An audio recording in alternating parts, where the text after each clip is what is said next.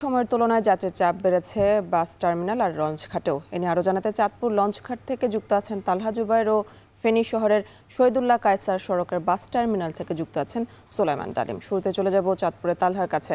তালহা, ছুটি শেষে তো সবাই ফিরছেন কর্মস্থলে, তো লঞ্চঘাটে যাত্রী চাপ কেমন দেখছেন?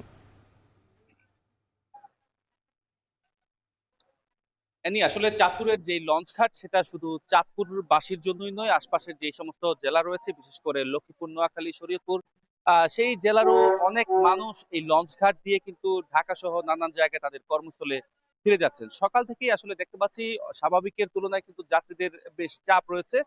তবে তা এখনো কিন্তু দুর্ভোগের আকার ধারণ করেনি বলে জানিয়েছেন যারা যাত্রী সাধারণ রয়েছেন। আমি কথা বলেছিলাম যাত্রীদের সাথে, তারা যেটা বলছেন যে লঞ্চের চাপ স্বাভাবিক থাকলেও কিন্তু ভাড়া এখনো নির্ধারিত দাম নিচ্ছেন এবং তারা বেশ তাদের পরিবার পরিজনের সাথে ঈদের ছুটি কাটিয়ে কিন্তু কর্মস্থলে ফিরতে পেরে কিন্তু তারাও বেশ উচ্ছ্বসিত কিন্তু রয়েছেন বলে জানিয়েছেন। এবং একই সাথে আমি কথা বলেছিলাম কর্মকর্তাদের সাথে, তারা যেটা বলছেন যে আসলে যাত্রীদের যাতে কোনো ধরনের সংকট না হয় বা কোনো ধরনের হয়রানি না হয় সেজন্য কিন্তু লঞ্চ কিন্তু রয়েছে বলে তারা জানিয়েছেন। এবং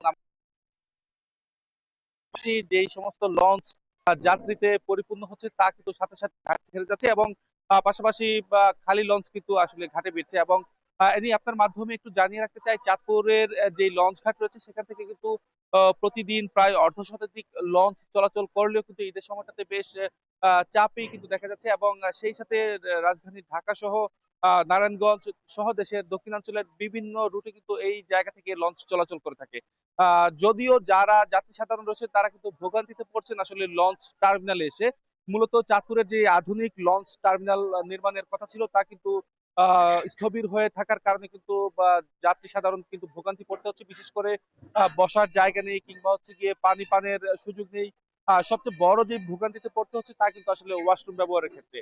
সেই ক্ষেত্রে যারা কর্তৃপক্ষ রয়েছেন তারা বলছেন যে আসলে যেহেতু এখনো আধুনিক নৌ টার্মিনাল নির্মাণ কাজ বন্ধ রয়েছে এবং তা পরিপূর্ণ হওয়ার আগ পর্যন্ত কিন্তু তারা আসলে যাত্রীদেরকে সেই সেবা দিতে কিছুটা বিঘ্ন হচ্ছে বলে জানিয়েছেন। তবে নিরাপত্তার বিষয়টা কিন্তু বেশ সুন্দরভাবে কিন্তু তারা সামলাচ্ছেন বলে জানিয়েছেন। তবে যাত্রী সাধারণ বলছেন যে তাদের সার্বিক ব্যবস্থাপনা আরো উন্নত করার জন্য অচিরেই যাতে আধুনিক নৌ টার্মিনালের কাজ শুরু হয় তা কিন্তু তারা মনে প্রাণে চাচ্ছেন। তো সবকিছু মিলিয়ে এ নিয়ে এই ছিল আমার চাঁদপুর থেকে লঞ্চ যাত্রা সবশেষ।